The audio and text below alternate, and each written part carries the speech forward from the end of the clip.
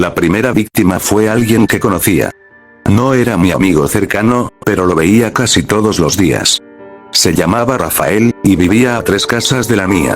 Trabajaba en una pequeña ferretería del barrio. Era el tipo de persona que siempre estaba afuera, sentado en una silla plástica por las noches, fumando y saludando a los vecinos. La mañana que lo encontraron muerto, toda la calle estaba llena de patrullas. Yo salí cuando escuché a la gente hablando afuera. Recuerdo perfectamente el silencio. No era un silencio normal. Era ese tipo de silencio que aparece cuando muchas personas están pensando exactamente lo mismo pero nadie quiere decirlo en voz alta. La policía estaba dentro de su casa. La puerta no estaba rota. Las ventanas tampoco. Pero Rafael estaba muerto en su cama. Y lo más extraño era su rostro. Uno de los oficiales murmuró algo mientras salía. Parece que despertó antes de morir. No entendí qué quiso decir hasta que uno de los vecinos lo explicó. Los ojos de Rafael estaban abiertos. Completamente abiertos. Mirando hacia la puerta de su habitación. Como si hubiera visto a alguien entrar. Durante los días siguientes, la historia se extendió por toda la ciudad. Un asesinato en casa siempre causa miedo. Pero este caso era diferente. Porque no había forma de explicar cómo el asesino había entrado. La policía revisó todo. Puertas. Ventanas. Cerraduras. Nada forzado. Nada roto. Nada. Era como si alguien hubiera aparecido dentro de la casa. 2 semanas después ocurrió el segundo asesinato. Otra casa. Otro barrio. Otra víctima encontrada en su propia cama. Misma escena. Ojos abiertos. Mirando hacia la puerta. Como si hubiera despertado justo a tiempo para ver al asesino. Pero demasiado tarde para hacer algo. La policía comenzó a hablar de un asesino serial. Los noticieros también. Pero nadie tenía respuestas. Porque cada vez que revisaban una escena, todo estaba perfectamente intacto. Las cerraduras seguían funcionando. Las alarmas no se activaban. Los vecinos no escuchaban nada. Nadie veía entrar ni salir a nadie. Era como si el asesino no existiera. El tercer asesinato fue el que me hizo involucrarme. La víctima era Mariana. Y ella sí era cercana a mí. Habíamos crecido en el mismo barrio. Habíamos ido a la misma escuela. No éramos mejores amigos, pero hablábamos seguido. La última vez que la vi fue 3 días antes de su muerte. Estaba sentada frente a su casa mirando el celular. Le pregunté si todo estaba bien. Me dijo algo extraño. Siento que alguien me observa últimamente. Me reí. Pensé que estaba exagerando. Nunca olvidaré eso. Porque 3 días después, la encontraron muerta. En su habitación. Ojos abiertos. Mirando la puerta. Fui al velorio. La casa estaba llena de gente. Pero el ambiente era pesado. Demasiado pesado. La madre de Mariana no dejaba de repetir lo mismo. Ella despertó, ella lo vio, esas palabras se quedaron en mi cabeza durante días. Porque todas las víctimas tenían algo en común. Habían despertado antes de morir. Eso significaba algo. Significaba que el asesino no atacaba mientras dormían profundamente. Las víctimas despertaban primero. Tal vez por un ruido. Tal vez por una presencia. Y cuando abrían los ojos, lo veían. De pie en la puerta. Mirándolos. Empecé a obsesionarme con los casos. No soy policía. Ni detective. Pero necesitaba entender qué había pasado con Mariana. Así que comencé a investigar.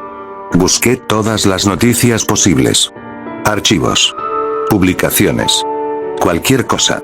Descubrí que ya había 7 víctimas en total. 7 casas. 7 habitaciones. 7 personas que despertaron justo antes de morir. Pero había algo más. Algo que nadie parecía notar. Las casas. Las casas formaban un patrón. Al principio no lo vi. Pero cuando marqué cada dirección en un mapa de la ciudad, lo entendí. Las casas estaban distribuidas en un círculo. Un círculo casi perfecto. Y en el centro de ese círculo, estaba mi calle. Pensé que era coincidencia. Tenía que serlo. Pero entonces revisé algo más. Las fechas. Cada asesinato ocurría exactamente cada 9 días. Siempre entre las 2 y las 3 de la madrugada. Siempre dentro de la habitación de la víctima. siempre sin señales de entrada. Pero había un detalle que me inquietaba más que todo. En cada caso, los vecinos decían lo mismo. Durante los días antes del asesinato, la víctima se comportaba diferente. Más nerviosa. Más inquieta. Como si estuviera siendo observada. Mariana también había dicho eso. Siento que alguien me observa. En ese momento entendía algo horrible. El asesino no elegía a sus víctimas al azar. Las observaba primero. Durante días. Tal vez semanas. Esperaba. Estudiaba sus rutinas. Sabía cuándo dormían. Sabía cuándo estaban solos. Y luego, entraba. De alguna manera. Sin dejar rastro. Una noche revisé otra vez el mapa. Y sentí que el estómago se me hundía. Había 7 puntos. 7 casas. 7 asesinatos. Pero el círculo aún no estaba completo. Faltaban 2 puntos más. Uno de ellos, estaba justo al final de mi calle. El otro, era mi casa. Intenté convencerme de que era una coincidencia absurda. Pero esa noche no pude dormir. Cada pequeño ruido en la casa me hacía levantar la cabeza. El crujido de la madera. El viento en la ventana. El sonido del refrigerador encendiéndose. Todo me parecía sospechoso. A las 2:14 de la madrugada escuché algo. Un pequeño golpe. Desde el pasillo. Me quedé completamente quieto. Esperando. Nada. El silencio volvió. Intenté dormir otra vez. Pero no pude. Algo dentro de mí sentía que no estaba solo en la casa. 2 días después ocurrió el 8º asesinato. La casa estaba en el punto que faltaba del círculo. Cuando vi la dirección en las noticias, sentí un frío en el estómago. Porque ahora solo quedaba una casa dentro del patrón. La mía. Intenté ignorarlo. Me dije que estaba imaginando cosas. Pero esa noche noté algo. Mi ventana.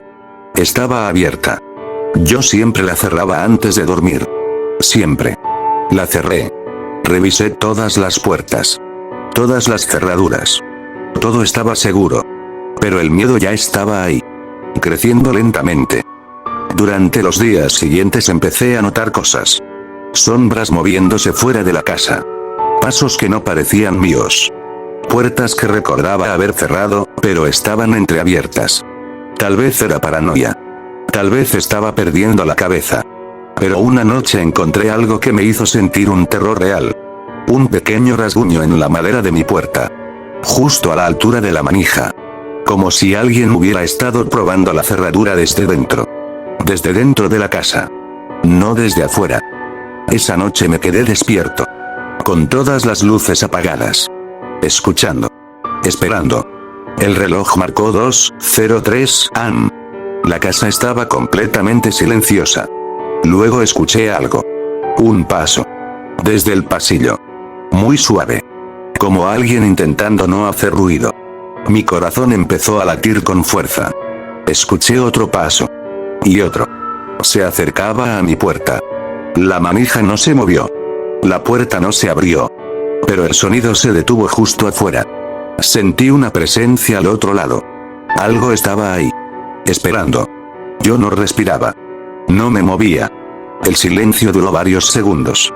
Tal vez un minuto. Luego escuché algo peor. Un susurro. Muy bajo. Justo al otro lado de la puerta. Mi nombre. En ese momento entendí algo que me hizo sentir náuseas. Las víctimas no despertaban por accidente. El asesino las despertaba. Las llamaba. Las hacía abrir los ojos. Para que lo vieran. Para que supieran quién estaba ahí. Antes de morir. El susurro volvió. Mi nombre otra vez. Muy cerca. Como si la boca estuviera pegada a la puerta. Sentí el impulso de abrirla. No sé por qué. Algo dentro de mí quería hacerlo. Pero no lo hice. Me quedé sentado en la cama. Mirando la puerta. Esperando. El susurro desapareció. Los pasos se alejaron. Y el silencio volvió. A la mañana siguiente revisé toda la casa. Todo parecía normal. Hasta que abrí el armario del pasillo. Y encontré algo que no recordaba haber visto antes. Una pequeña bolsa negra. Dentro había varias cosas. Fotos. Muchas fotos. Fotos de las casas de las víctimas. Fotos de Rafael. Fotos de Mariana. Fotos de las otras personas. Todas tomadas desde lejos. Desde la calle. Desde ventanas. Pero había algo peor. Al fondo de la bolsa, había fotos de mi casa. De mi puerta. De mi habitación. Y la última foto, era de mí durmiendo en mi cama. Tomada desde dentro de la habitación. Desde la esquina. Como si alguien hubiera estado de pie ahí. Observándome. En ese momento lo entendí. El asesino no entraba en las casas durante la noche. Porque ya estaba dentro. Días antes. Tal vez escondido. Observando. Esperando el momento perfecto. Esperando la noche. Esperando a que la víctima despertara. Para que lo viera. Antes de morir. Mientras estaba parado en mi pasillo sosteniendo esas fotos, escuché algo detrás de mí. Un paso. Muy lento. Dentro de mi propia casa. Y una voz baja. Muy cerca. Susurrando mi nombre otra vez. En ese momento comprendí algo horrible. Yo no estaba investigando al asesino. El asesino, me había estado investigando a mí.